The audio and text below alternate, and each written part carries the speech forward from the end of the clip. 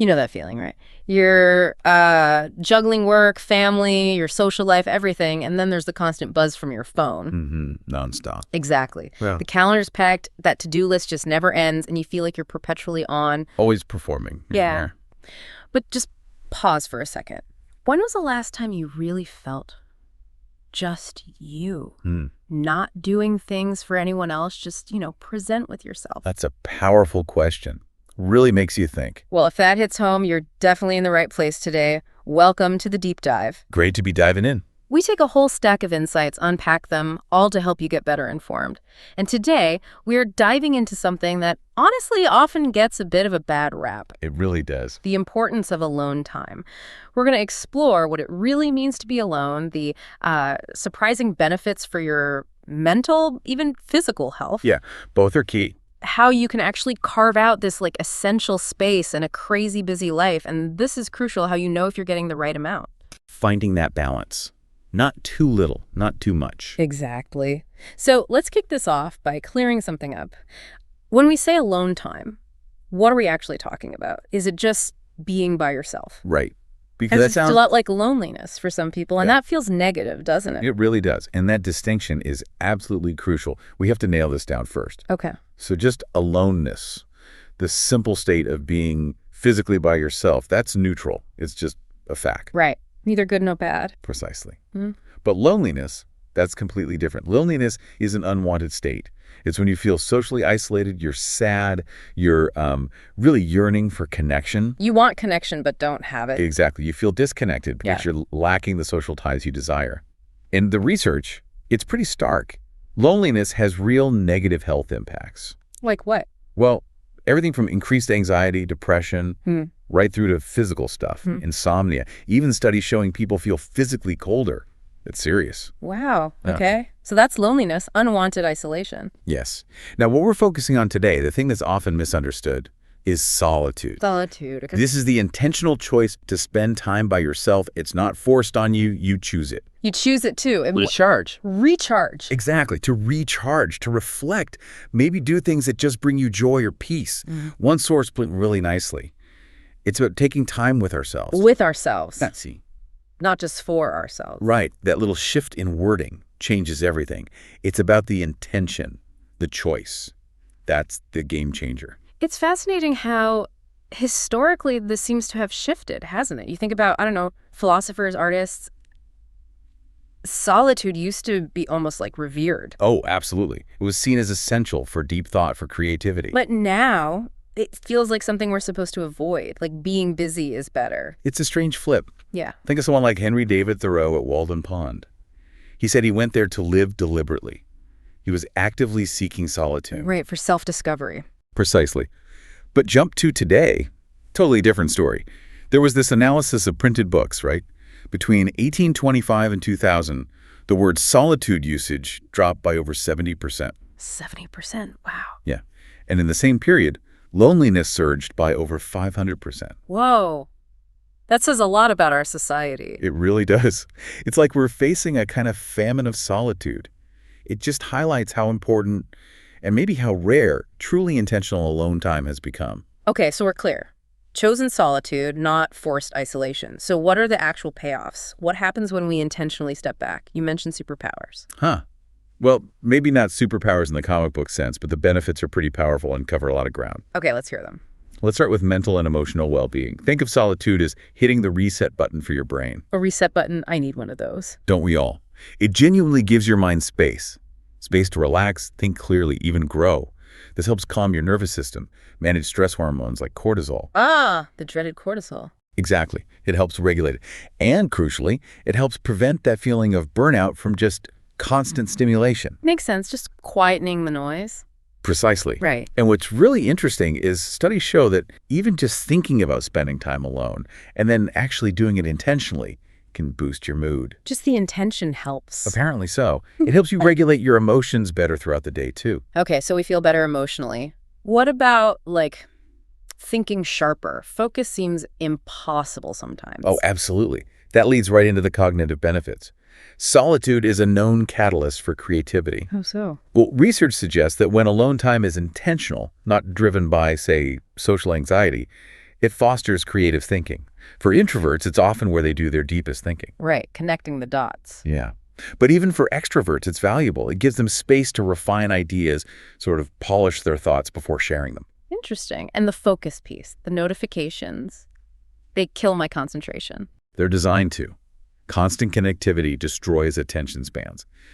There was recent research, quite compelling actually. Tell me more. They found that even temporarily cutting back on mobile internet access, just for a couple of weeks, significantly improved sustained attention. Significantly. Yeah, the improvement was described as, and this is a quote, equivalent to reversing a decade of age-related cognitive decline. Get out. A decade. Just from less phone time. It's pretty staggering, isn't it? Participants simply reported fewer digital distractions and felt they could focus much better. It shows the real cost of being always on. Wow. Okay, that alone is a huge motivator. What else? Well, beyond thinking better, solitude is absolutely critical for self-discovery and growth. Getting to know yourself better. Exactly. Yep. It boosts self-awareness. It lets you build a deeper, more intimate and authentic relationship with yourself. It's the space where you can really process thoughts, understand your emotions, figure out your core values. But in your purpose, maybe. Yes, finding a deeper sense of purpose often comes from that quiet reflection. And building this inner relationship, it builds inner strength. How does that work? It reduces your sort of psychological and emotional dependence on others. It helps you resist being constantly shaped by other people's agendas or expectations. So more freedom. Definitely. Greater freedom in how you interact with the world. This sounds a lot like mindfulness practice, too. That idea of being present. Precisely. They're deeply connected. Yeah. Mindfulness, focusing on the present moment, your senses, it enhances the benefits of solitude. It helps all that background mental clutter subside. It fosters what some call witness consciousness, just observing your inner world without judgment. Okay. Just watching the thoughts go by. Right. And that process isn't just relaxing. It can actually bring hidden parts into the light of awareness. It can even help heal old emotional stuff. It allows for real growth. Okay, you've convinced me. Solitude is good. But how does someone listening right now know if they're running on empty? What are the practical signs saying, hey, you need some me time? That's the key question, isn't it? There are some pretty clear signals your body and mind send. First, just feeling constantly overwhelmed. Drowning in demands. Exactly. Like you're always underwater. If that's your baseline, that's a huge red flag. A little stress is normal, but perpetual overwhelm, you need a reset. Okay, what else? Irritability. A really short temper. Oh yeah, snapping easily. Definitely. If your fuse is super short all the time, it might just be that constant demands and people have worn your patience right down. You're craving peace. I definitely recognize that one. It's like your brain is just full. One more tiny thing can tip you over. That's a perfect description. Yeah. And that full brain, it often leads to difficulty concentrating or focusing. Right. Can't get anything done. Yeah, if every day feels like a battle to focus, you're probably just over-distracted, worn down, mentally tapped out. Makes sense. Does it show up physically too? Oh, for sure. That mental exhaustion often spills into physical exhaustion. Feeling tired all the time, even if you think you're sleeping enough. It could absolutely be a sign of being constantly on, too available. Your body is literally saying, I need a break. Okay, so overwhelm, irritability, poor focus, physical tiredness, any others? Well, maybe the most direct sign is simply craving alone time. Just wanting it. Yeah. If you find yourself genuinely looking forward to moments by yourself and you feel real relief when they happen, your spirit, your inner self is telling you exactly what it needs. Listen to that. That's a good one. What about social stuff? That's another signal. If even the thought of engaging with people makes you feel anxious or drained, Yeah. that's the strong sign you need recharge time. Right, and maybe just always feeling rushed. Yes. That constant go, go, go mentality, never taking intentional breaks, you're likely way overdue for some solitude. Okay, so we know why it's important. We know the warning signs. Now, the million-dollar question. How do we actually do it? How do we fit this into lives that are already overflowing? It does take conscious effort. Yeah. It probably won't just happen on its own. So, tip number 1. Schedule it. Seriously. Treat your alone time like a non-negotiable appointment. Put it in your calendar. Like the meeting. Exactly. Even if it's just 15 or 30 minutes for something you enjoy reading, meditating, a walk. Call them meetings. Meetings! I love that. Okay, I actually tried scheduling one, but then stuff came up. How do you protect that time? That's the hard part, right? It really comes down to setting boundaries. Uh-oh. Boundaries. Yeah. But It's necessary. Politely but firmly communicate your need for this time to family, friends, colleagues. Maybe explain why, that it helps you be more present later. So they see the benefit too. Hopefully. And another practical thing. Create a personal space, a designated quiet spot in your home. Make it comfy, inviting. Like a little sanctuary. Exactly. That physical space helps reinforce the mental boundary. And it's not just about sitting in silence, is it? You can do things during these meetings. Oh, absolutely. The key is to engage in solitary activities you genuinely enjoy. Journaling, crafts, gardening, maybe listening to an audiobook or, dare I say, a podcast. Whatever boosts your mood and lets your mind wander creatively. Okay. And phones. Big distraction. Huge. So, mindfully disconnect.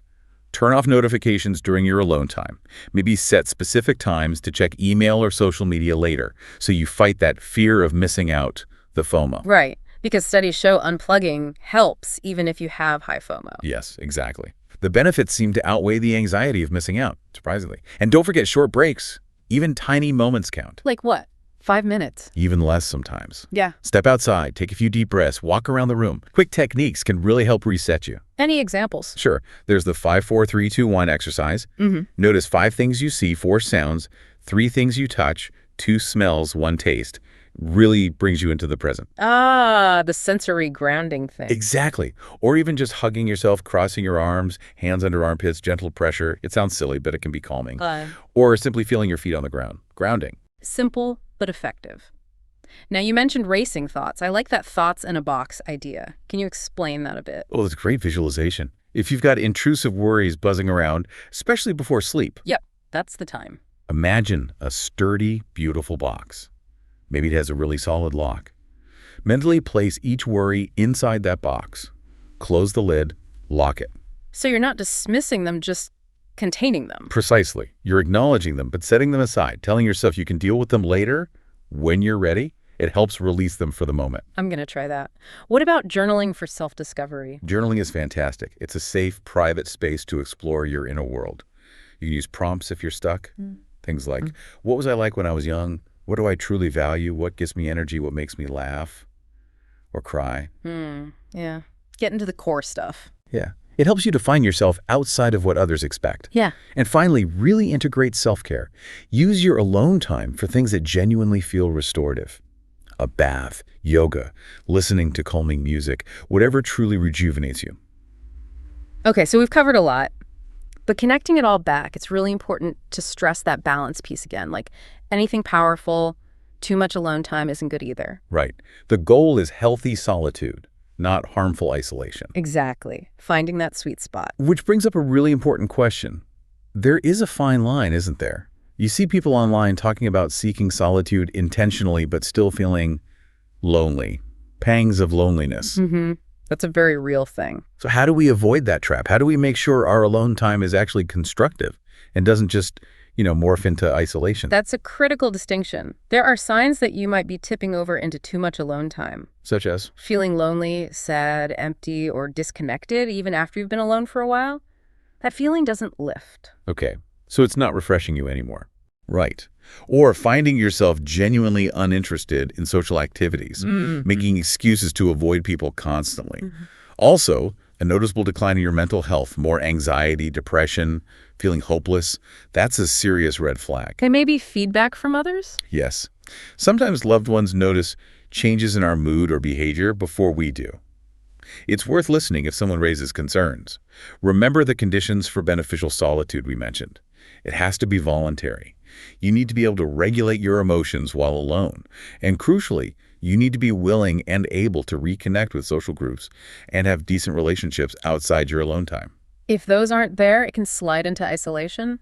Precisely. Thinking about regulating emotions, I've heard that sometimes self-reflection can turn into rumination, just going over and over negative stuff. That's a brilliant point. Really nuanced. It sounds like self-discovery should be good, but how do we stop it from becoming counterproductive? Well, you're right to flag it. While self-reflection is fundamental, some research and meta-analysis actually found a positive correlation between self-reflection and negative things like anxiety and depression. Really? Not positive outcomes? Not always. Now, this doesn't mean reflection is bad, but it suggests the type of reflection matters hugely. Okay. So what's the difference? Is it adaptive insight Are you learning, growing, finding solutions? Or is it rumination, just dwelling on problems, replaying failures, getting stuck in negative loops? Ah, okay. Insight versus stewing. Pretty much. Cultural factors might play a role too. In more individualistic cultures, people might internalize failures more, which could potentially lead to more negative feelings during reflection. So it's not just that you reflect, but how you do it and making sure it's actually helpful. Exactly. Constructive reflection. So how do we ensure we're reflecting constructively and keeping that crucial balance between alone time and connection? Okay, some balancing strategies. First, really listen to your needs. Be close attention to how you feel after different activities. Does alone time leave you refreshed or drained? Does socializing energize you or exhaust you? Your feelings are data. Tune into your own responses. Got it. Second, focus on quality over quantity with social interactions. Spend time with people who genuinely uplift you. Deep, fulfilling connections often trump lots of superficial ones. Makes sense. Less draining, too. Definitely. Also, set personal limits. It is absolutely okay to say no sometimes if you need to recharge. Protect your energy. Permission to say no. Good. But conversely, if you notice you're isolating yourself too much, gently make time for social activities. Add them back in gradually. Join a club, take a class, call a friend. Small steps back towards connection. Yes. And try to engage in shared interests. Find activities that combine things you enjoy with social interaction that can feel less forced. Good idea. What if someone's really struggling with this balance? Then seek professional guidance. If finding balance is hard, or if maybe past relational issues are playing a part, therapy or counseling can offer tailored support. There's no shame in that. Absolutely. And always try to make alone time enjoyable. Make sure your solo activities are things you actually look forward to, things that feel fulfilling. Not just empty time. Right. And finally, remember to reflect and adjust. Your needs aren't static, they'll change. Regularly check in with yourself. How's the balance feeling now? Adjust as needed. It's an ongoing process.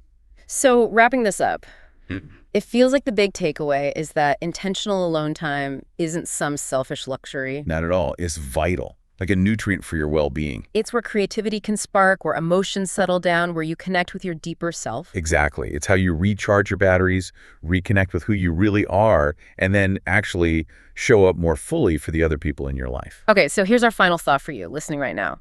In this world that constantly demands your attention, what's one small intentional step you can take today? Just one small thing. To carve out a moment of real solitude and truly listen to what your inner self might need.